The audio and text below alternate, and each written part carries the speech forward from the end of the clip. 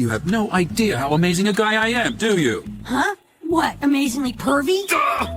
Alright, let's be honest. When we first met Jiraiya, nobody thought here comes the emotional and philosophical backbone of the entire franchise. We probably thought, oh, here comes a creepy old man that's gonna get Naruto arrested. He seemed like the perfect pervy sage drop, you know? Comedic relief used to bridge the gap in between training arcs. But Kishimoto pulled off one of the greatest bait and switch in anime history.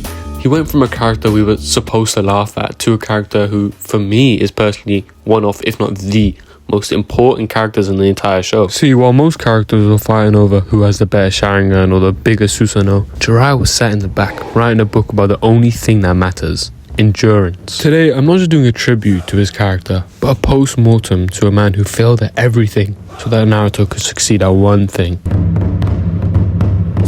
Jiraiya once said, a ninja isn't someone who knows 1,000 jutsu, but A real ninja is one who endures no matter what gets thrown at him. yeah, it may just sound like a cool Pinterest quote, but in the context of Naruto, it's the point of the whole show. To overcome hatred, to restore what's been broken, and to endure hardship. But what happens when you fail? Not just once, but repeatedly.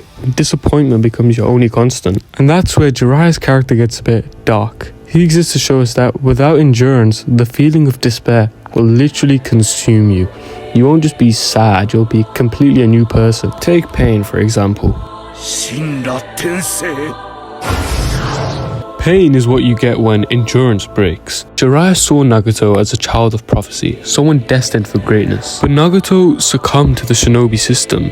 He allowed hatred to rewrite him. In the Naruto world, fate is real, but hate is the ink that tries to rewrite that fate. And if you stop enduring, the hatred will win. There's a massive theme in Naruto that people often miss. That is the fragility of control. Think about the heavy hitters. Itachi tried to control the leaf from the shadows. Madara tried controlling the entire world with a dream. And Kaguya tried turning humankind into her own personal garden. But they all failed. Why? Because the system crumbles the second you try and force it into a shape. This was Jiraiya's first big mistake. He tried to write Nagato's story for him. He predetermined Nagato's fate, his path and his purpose. And by doing that, Jiraiya went against the true message of the show. You have to forge your own path. Because Jiraiya had authored out Nagato's life, Nagato had no foundation to stand on when things got brutal. When the pain came, Nagato didn't have the strength to endure it because he was living out someone else's story written for him. He didn't just fail, he was unwritten.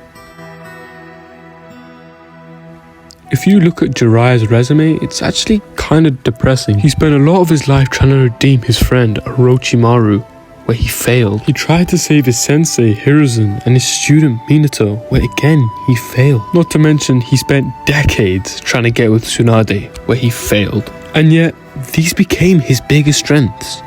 These failures didn't invalidate his purpose, they gave him a purpose. He never resented his life, he never became a villain. His job wasn't to be the winner. His job was to live long enough to find someone who could win. He endured the struggle of the old world just so that he could meet the child of prophecy, Naruto. Jiraiya's death isn't heroic in the traditional sense. When the third Hokage died, he took Orochimaru's arms and saved the village. When Jiraiya died, he failed to defeat pain and failed to escape with his own life. But in those fleeting moments, he had the realization that changed everything. He realized he was never meant to change the world. He was meant to pass on those ideals to Naruto. That scene where Jiraiya forces his paralyzed body up through sheer will of wanting to send a final message, that is for me the absolute peak of the series. A man refusing to be a failure for just 10 more seconds. Think about the book Jiraiya wrote, the sequel. The Tale of Naruto Uzumaki. But he left the pages blank. This time, he didn't make the same mistake he made with Nagato. He didn't write the story for him. He just gave it a title and said, here, you write it. Your destiny belongs to you. For me, Jiraiya is the most important character because he's the only one who had the humility to step out of the frame. He realized that the best thing a legend can do is become a prologue for someone else. Naruto didn't just save the world because he was strong.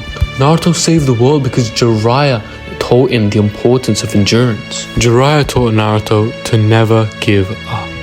And now the story is finished, and it's a masterpiece.